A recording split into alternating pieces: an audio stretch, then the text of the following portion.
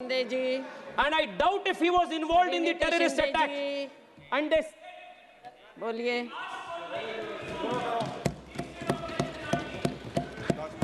माननीय speaker madam, thank you. Speaker महोदय, आज मैं इस सदन में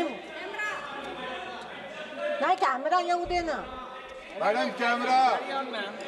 मैडम स्पीकर, मैं आज इस सदन में क्रोध, वेदना और अपमान की भावना लेकर खड़ी हूँ। अपमान उन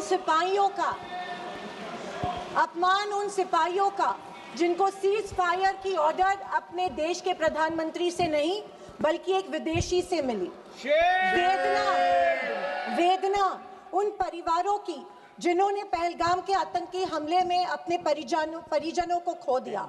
और क्रोध इस सरकार पर जो आज तक पहलगाम के आतंकी हमलावरों को न पकड़ पाई है और ना ही उनकी कुछ सुराग ढूंढ पाई है। ऑपरेशन सिंदूर नाम सुनने में देशभक्ति का लगता है, लेकिन असल में ये सिर्फ मीडिया पर किया सरकार का एक तमाशा था। कोई नहीं बता रहा है कि इस ऑपरेशन में हासिल क्या हुआ, कितने आतंकी पकड़े गए, हमारे कितने फाइटर जेट्स गिराए गए, कौन जिम्मेदार है, कौन किसकी गलती है। इसका हिसाब देने का दायित्व इस सरकार का है, मगर देश में सवाल पूछने पर ही पाबंदी है, क्योंकि ये सरकार सवाल सुनना ही नहीं चाहती है, बल्कि ये सरकार जवाबदेही से ही भागती है। अध्यक्ष महोदय, आज की परिस्थितियों को देख मुझे रोम में बने कॉलिसियम की याद आती है। विश्व की सबसे अविस्मरणीय और पुरानी इमारतों में एक है। रोम में बनी कॉलिसियम मनुष्य की कल्पकता और निर्माण क्षमता का एक अभूतपूर्व मिसाल है, पर इसके अलावा वो एक गंदे और घिनौनी राजनीति का भी प्रतीक है। कहा जाता है कि इसका निर्माण उस समय की जनता को खेल और मनोरंजन में उलझाए रखने के लिए किया गया था, ताकि जनता का मूल मुद्दों पर से ध्यान भटक जाए। कुछ ऐसा ही आज हमारे देश की सरकार करती प्रतीत हो रही है। पर अब खेल और मनोरंजन ही काफी नहीं है। किसी महत्वपूर्ण इलेक्शन के पहले आतंकी हमला और फिर सरकार की जवाबी कार्रवाई। आतंकी आए कहां से, कहां गए, ये सरकार को कुछ नहीं पता, पर हमें पड़ोसी देश पर आक्रमण करना है और उसके आधार पर वोट बटोरने हैं।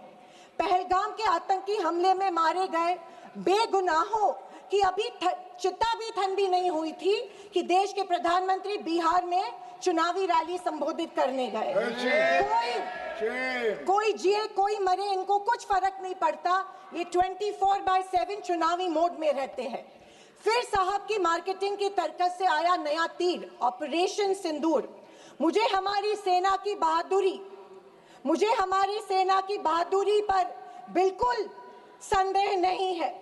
मुझे हमारी सेना की बहादुरी और वीरता पर बिल्कुल संदेह नहीं है, पर इस सरकार की दुर्जनता की सीमा देखिए कि सेना के जवानों को लड़ने जरूर भेजती है, पर हमला होने के पहले दुश्मनों को आगाह भी कर देती है। हाँ, ये हमारे परराष्ट्र मंत्री का बयान था।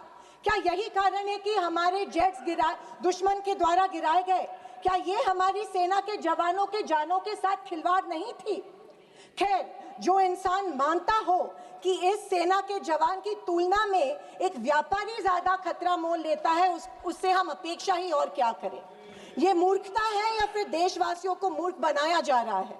ऑपरेशन सिंदूर से देश को क्या हासिल हुआ? अमेरिका के दबाव में किया गया एक शर्मनाक सीज फायर। फॉरेन पॉलिसी ऐसी कि मित्र देशों ने आतंकवाद की निंदा तो की, पर पाकिस्तान की नहीं। स्पीकर मैडम, प्रधानमंत्री कहते हैं कि ऑपरेशन सिंदूर का जश्न मनाने का पर्व है। किस बात का जश्न मनाए प्रधानमंत्री जी? हमले के पहले आपके विदेश मंत्री दुश्मन को हमले की पूर्व सूचना देते, उसका जश्न मनाए? इसी का असर ये था कि हमारे जेट्स गिराए गए, क्या इसका जश्न मनाए? या फाइटर जेट जो क्षतिग्रस्त हुए हैं उनके पायलट्स का क्या हुआ? इस देश को अभी तक उसकी जानकारी नहीं है, क्या उसका जश्न मनाए? सीज फायर का ऐलान इनके कथित मित्र ट्रंप करते हैं, इससे जो हमारी देश की तीनों सेनाओं का मानसिक खच्चीकरण हुआ, क्या उसका जश्न मनाए? और तो और पहलगाम के आतंकियों को कोई सुराग नहीं, क्या इसका जश्न मनाए? इंटरनेशनल कम्युनिटी में भारत की छवि इतनी कमजोर अब तक कभी नहीं हुई थी। हर चीज को इवेंट मत बनाइए मोदी जी, अपने मन की बात छोड़कर देशवासियों को की सवाल का जवाब देने की भी हिम्मत दिखाइए। याद आती है जब इंदिरा गांधी जी के सामने पाकिस्तान सरेंडर हुआ था और एक हार्ड लाइनर निक्सन जैसे को भी इंदिरा गांधी की बात सुननी पड़ी। और विदेशी नीति की तो हालत और भी शर्मनाक है। हमारे पड़ोसी नेपाल, बांग्लादेश और श्रीलंका जो कभी भारत के सबसे करीब थे, आज हमारी पीठ पीछे चीन से हाथ मिला रहे हैं। एक समय था जब भारत के पास नेबरहुड फर्स्ट की नीति थी और आज हमारे पड़ोसी हमें लास्ट प्रायोरिटी मानते हैं। स्पीकर मैडम, विदेश जाकर इंडियन डायस्पोरा के साथ तस्वीर खिंचवाना ही विदेश नीति बन गई है। अब ये सरकार प्रश्न पत्र भी खुद बनाती है और उत्तर भी खुद तय करती है। जनता से कोई संवाद नहीं, पार्लियामेंट में कोई ट्रांसपेरेंसी नहीं। ये सरकार केवल प्रचार की मशीन बनकर काम कर रही है।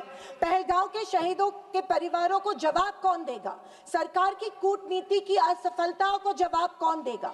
चीन की बढ़ती घुसपैठ और पड़ोसी देशों की बेरुखी का जवाब कौन देगा? अगर सरकार जवाब नहीं देती है तो सरकार को सत्ता में बने रखने का कोई अधिकार नहीं है।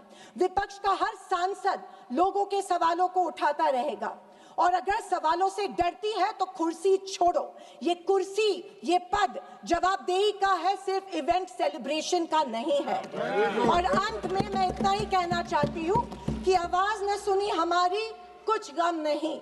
आवाज न सुनी हमारी, कुछ गम नहीं। मजलूमों की चीखें तो सुन लीजिए। मन की बातें बहुत कर ली साहब, वक्त मिले तो देशवासियों की गुहार भी सुन लीजिए। थैंक यू महोदय, जय हिंद। श्री सुनील तटकरे जी।